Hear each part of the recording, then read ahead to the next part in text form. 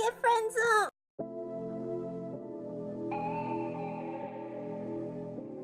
We're born in the moonlight. Ain't no fair to say.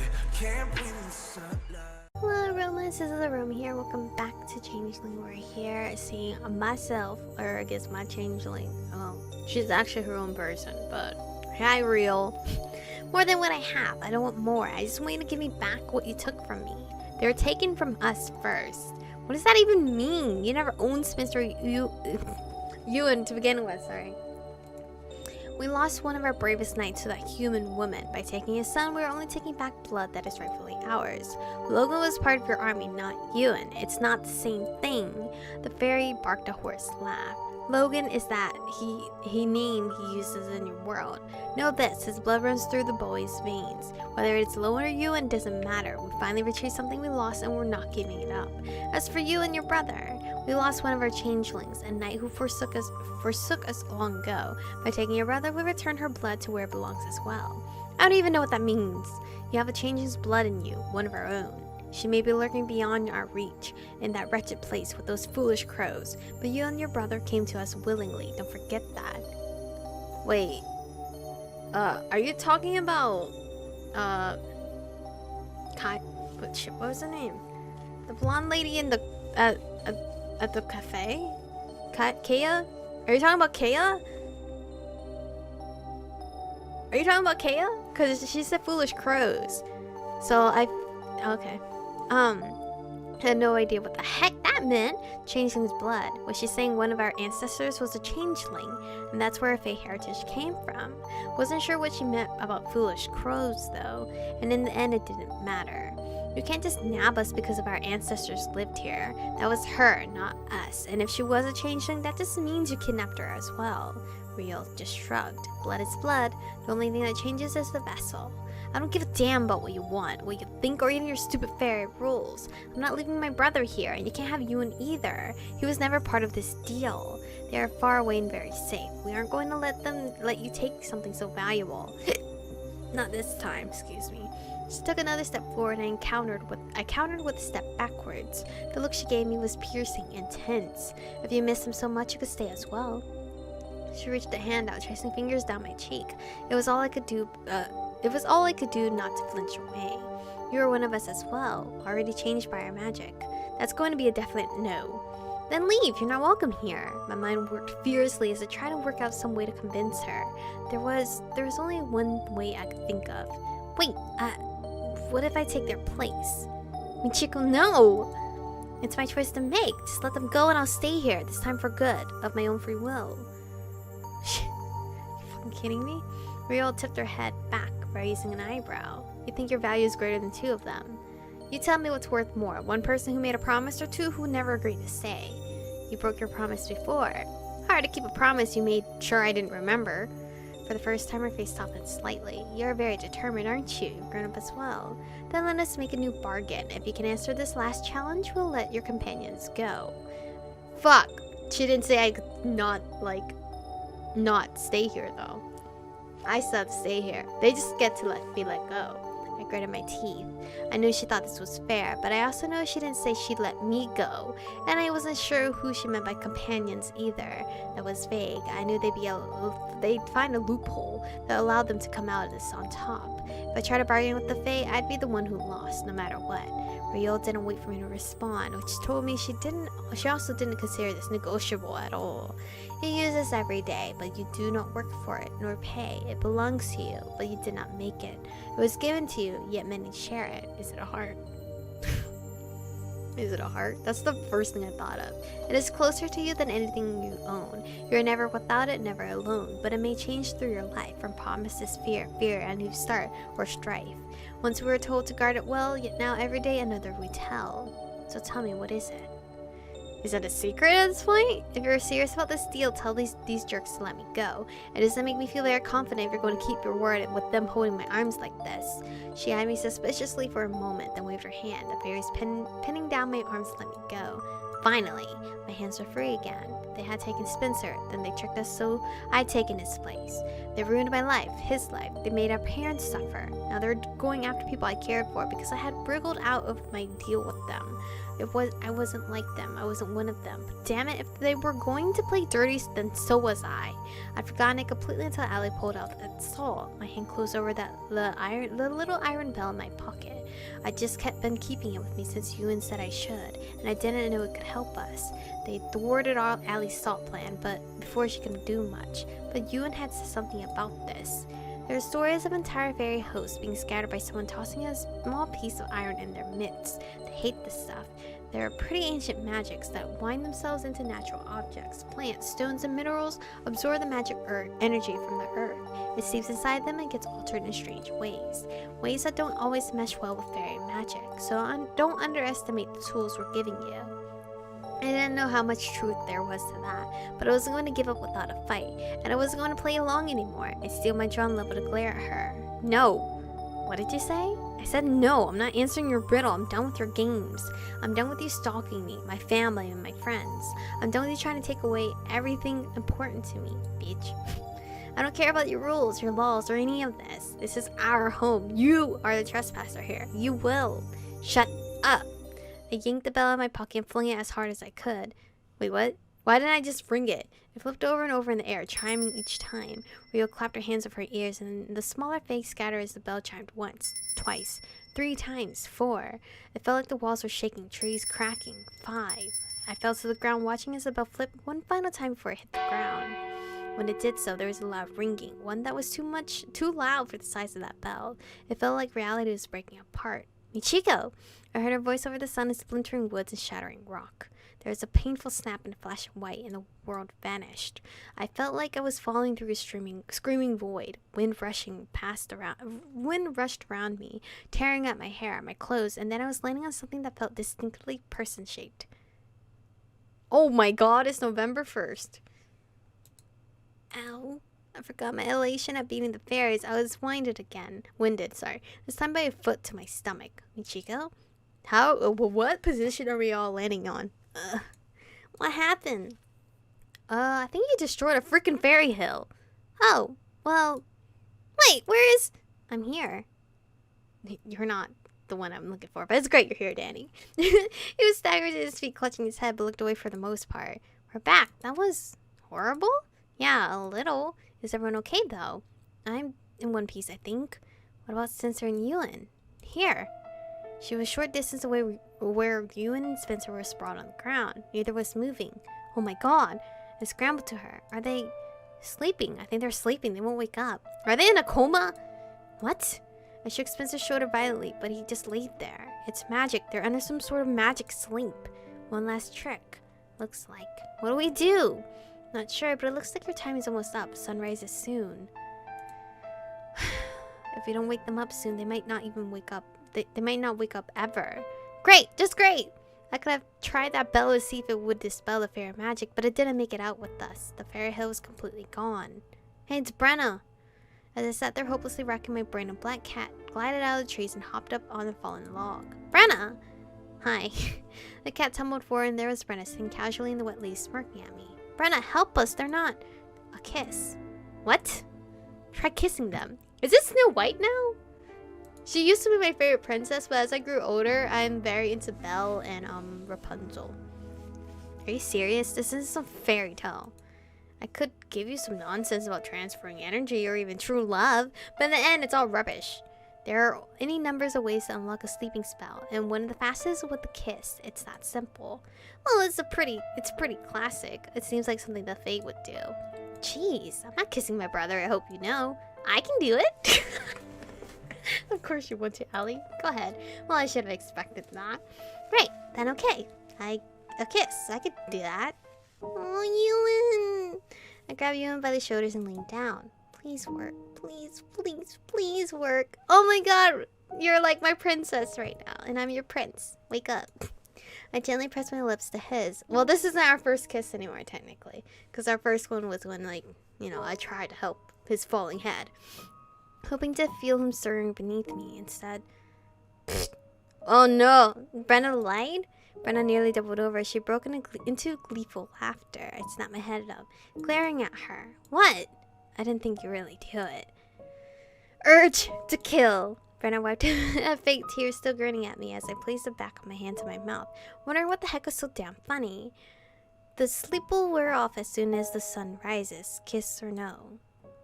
Logan?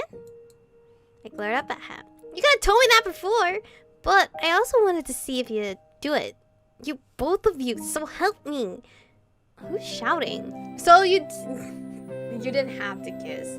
You just had to wait for the sun to rise. Ewan! Oh, it's you. That figures.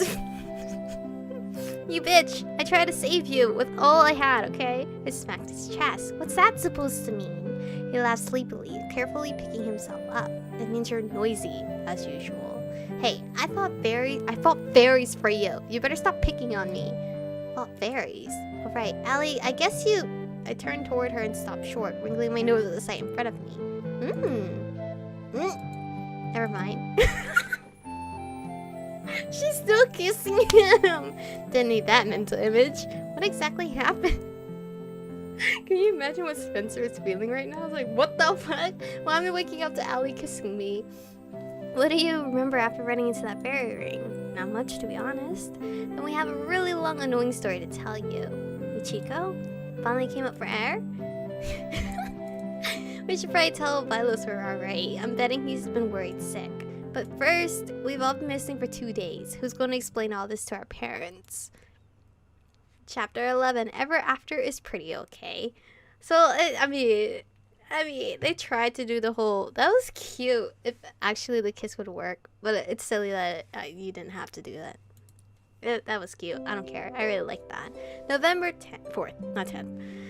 The last few days have been a whirlwind, to say the least. After we contacted Vilos, we were told not to go home until we had been debriefed on the incident, and everyone involved got a notation in their file. Spencer and I were both annoyed at the idea we even had a file in some weird agency. Fortunately, the agency had been able to juggle everyone's disappearances by fabricating a story about club activities and sleepovers. The story was that the Mysteries Club was having an event due to Halloween. I had to admit, I was relieved to not be dealing with another media frenzy, not to mention the family drama. It seemed like Mom and Dad were none the wiser, which was one less thing to worry about. And the agency had, at the very least, mobilized to check out any remaining fairy activity in the woods. The fairy hill was gone completely. There was a deep scrape of earth where it had been. The remains of mushrooms littering dirt. Apparently, they burned the last of them and salted the ground just in case, but they were pretty sure that Iron Bell had forced the fairies to relocate. They never found a new hill in the area, though. They also confirmed the gate under the bridge properly closed at the conclusion of Samhain, so we'd made it out just in time. It wasn't like we defeated the big bad fairies. At best, we forced us to retreat, and there was no guarantee they wouldn't be back. But we didn't have much time to worry about that. Mom and Dad had left the day after Samhain because Grandpa fell ill and needed to be hospitalized again. I was a little scared when I first heard it, worried it was some kind of vengeance. Fairies did those kinds of things after all. But it was just normal illness, and he was doing okay, but was in a hospital far enough away that Mom and Dad decided to stay overnight. It left Spencer and I alone to shore up the defenses at home, just in case. Spencer was getting used to the paranormal too, sort of. At any rate, he already pestered Vilos with a million questions. I had a feeling that in the coming weeks, Vilos would come to regret Spencer joining the club. As for me, well, I could never go back to being a normal human. God, this is like summing up everything, and I'm very worried that we're gonna hit the friend zone. I don't want that. I really don't want that. I got that twice, didn't I? With Mark and Corbin. I got friend zoned, right, guys? God, please, Ewan. Please. The time I'd spent in Fairy made sure of that, and while Spencer hadn't exactly been mutated the way I had, spending a few more days in Fairy reawakened his ability to see them clearly too. It seemed like it undid whatever they'd done to his eye.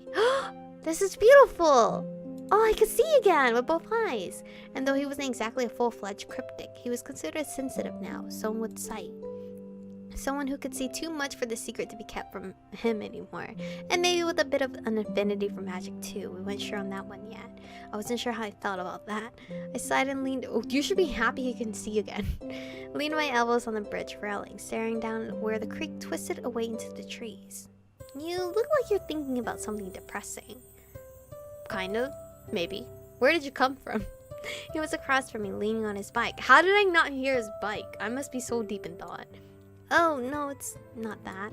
I was just thinking about Spencer, wishing that he didn't have to deal with all this, that he could live normally and all that. He patted the seat next to him, and I bent the road to go sit beside him. Things aren't terrible on this side of things. So cute. Anyway, this is where I'm actually gonna stop. I know, I've come to realize there are even some Fae who aren't all bad. Hilarious. I wasn't just talking about you, though I somewhat acknowledge you're one of the more likable ones I've met. Somewhat acknowledge? I think I need to kick you off my bike. Kick me anywhere and I'm going to drag you down to my level, beat some sense into you. He chuckled softly. So scary. I reached for his hand, squeezing gently. When we were trying to find you, to rescue you and Spencer, some of the fairies we met, they weren't that bad. So I don't think it's that terrible to part Fae. And I don't think we're trapped between two worlds. I think we have the right to choose which one we want to be a part of without feeling like the other one is going to come out of the shadow and drag us in. And make us answer many, many stupid riddles. Ewan smiled slightly, reaching to tuck my hair behind my ear. Just because we're not normal humans, it doesn't mean we're not human. It doesn't mean we can't live as humans. So maybe it wouldn't be a bad idea for you to try acting again soon. I mean, you've been showing up to class lately, and it hasn't been terrible. I want that. I missed it so much. I think I might have the confidence to do it. Just start with small parts first. Like, I mean, you'd make a great tree or something. Ewan grabbed a lock of hair and gave it a tug. Excuse me? What are we, technically? Are we, like, just overly touchy friends at this point? Because, like, I feel like this would be something like boyfriend and girlfriend would do, but I don't know how society works anymore. I'm not going to take up acting again so I can play a tree. Aww. He leaned down to rest his forehead against mine. What are we? What are we? Please tell me we're like together. An impossibly tender smile on his face, what I really wasn't used to seeing him wear. Thank you, Michiko. I smiled, closing my eyes. I should be the one thanking you. I don't know how any of this would have turned out without you. At the very least, it would have gone a bit smoother if I hadn't rushed in like an idiot, forcing you to rescue two morons instead of just one. But then I wouldn't have gotten the chance to kiss you awake. Yeah, I heard you were actually kind of annoyed by that and that it wasn't totally necessary. Well, Brenna did trick me into it, but it wasn't too bad getting to play the role of the prince. She even called it out! I was making fun of that. Don't get used to it. It's not a role I intend to give up again. Oh, is this where we ride off into the sunset on your faithful steed? Not quite yet. There's always one part that comes before that.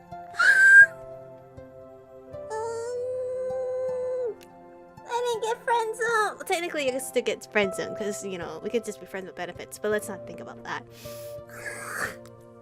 He leaned down and gently pressed his lips against mine. I wrapped my arms around him and held him tight. Whatever came next didn't matter. I wasn't afraid anymore because whatever it was, neither of us would have to face it alone. Ewan! Everything had been crazy since we came back. Crazy, scary, and amazing. This was my life now, and I was actually fine with that. It might not exactly be ever after, but it was still pretty okay. Oh my god. Wait, is that it?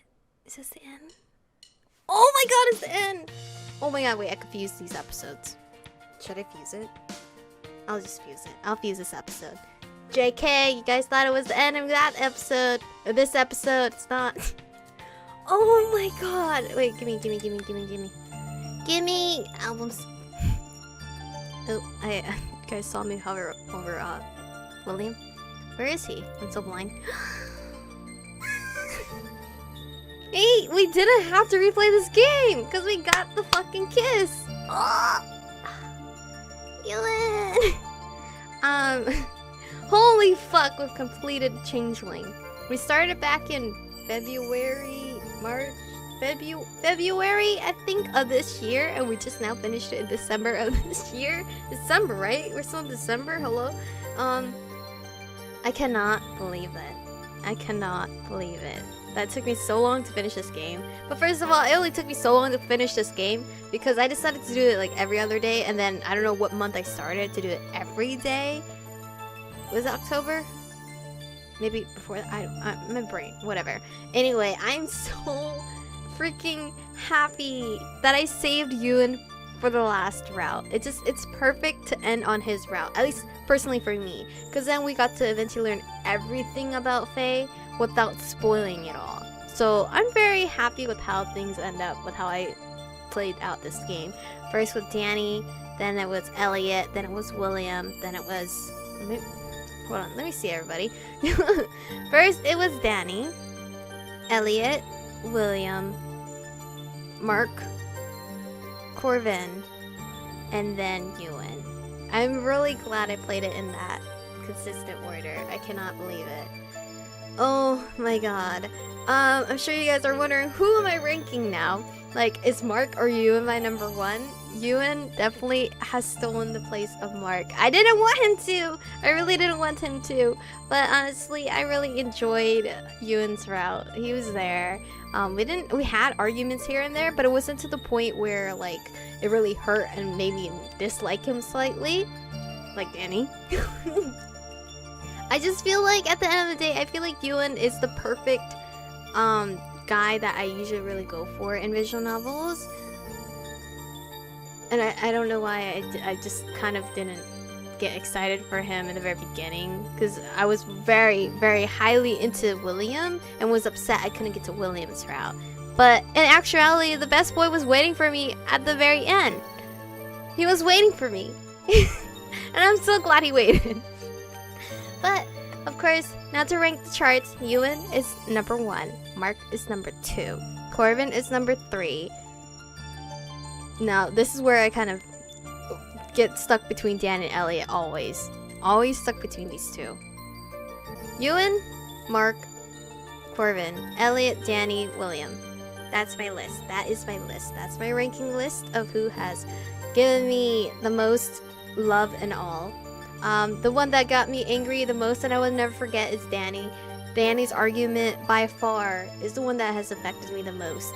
And none of them can compare at how angry I was with Danny. That one I felt that. I felt that when he said we had to like stop talking and seeing each other. I felt that shit. And I didn't want to feel that. But anyway, you guys should definitely tell me your ranking list. Your official ranking list. Now that I have completed every single guy on this chart. Ewan, I will miss you. This game... Oh, sorry. I didn't mean to play the setting thing. Oh, look at all these endings that I got. Okay, so 3 for death, because I'm... Welcome to the murder, and it's a date. Danny, just remember your pants. Just seeing these titles, like, what the fuck? When life gives you vampires. Where I belong? What's ensnared? Wait, Ewan has so many... What the fuck? None is left to protest. York, my friend. Yo, Ewan has so many endings. Mark? Yeah, you know, we kind of had to end. Okay, so it looks like we did get everybody's official great ending, best ending. Damn, I can't believe, like, Ewan had so many, like, different ways you could have ended early on. That's scary. This is so cute. My fucking prince. But anyway, okay, I'm just gonna end it here. I'm just gonna continue. If I could keep recording, I'm just gonna continue how much I love Ewan. Anyway, we have completed Changeling. And just because we completed Changeling does not mean we're not gonna have another series coming up. There is probably gonna be a series coming up. I don't know when I'm going to start it though, just because next month is January and I'm gonna be mostly MIA in January. For those of you who didn't watch the update video that I posted like back in whatever month, January is gonna be a hella busy month for me. The first week I will be going to a convention called MagFest, and then like maybe the 3rd and 4th week of January or around that area, I will be going to a family vacation, my dad and brother, to Vietnam to see my grandma and my relatives there. I don't think I'll be back in America until February something. So hopefully your girl has book recorded something for you guys. But I'm not gonna start a new series after Changing for right now, because your girl needs a break. your girl just needs a break, alright? I'm saying I need a break, but I'm still gonna book record something for January, so my channel wouldn't be completely dead. Anyway, thank you guys for watching today's episode, or watching the final episode of Changeling. I can't fucking believe it. I can't believe I fucking finished this game. Oh my god, but it's okay. It's okay. There's plenty of visual novels I have yet to touch. I've just been buying them on Steam, and they've just been sitting there waiting patiently, waiting for their time to shine. So thank you guys for watching today's final episode of Changeling. Thank you for making it this far. Thank you for those that have been constantly commenting in each episode, and like, you know, I just love reading all the comments. But anyway, I'll see you guys in the future.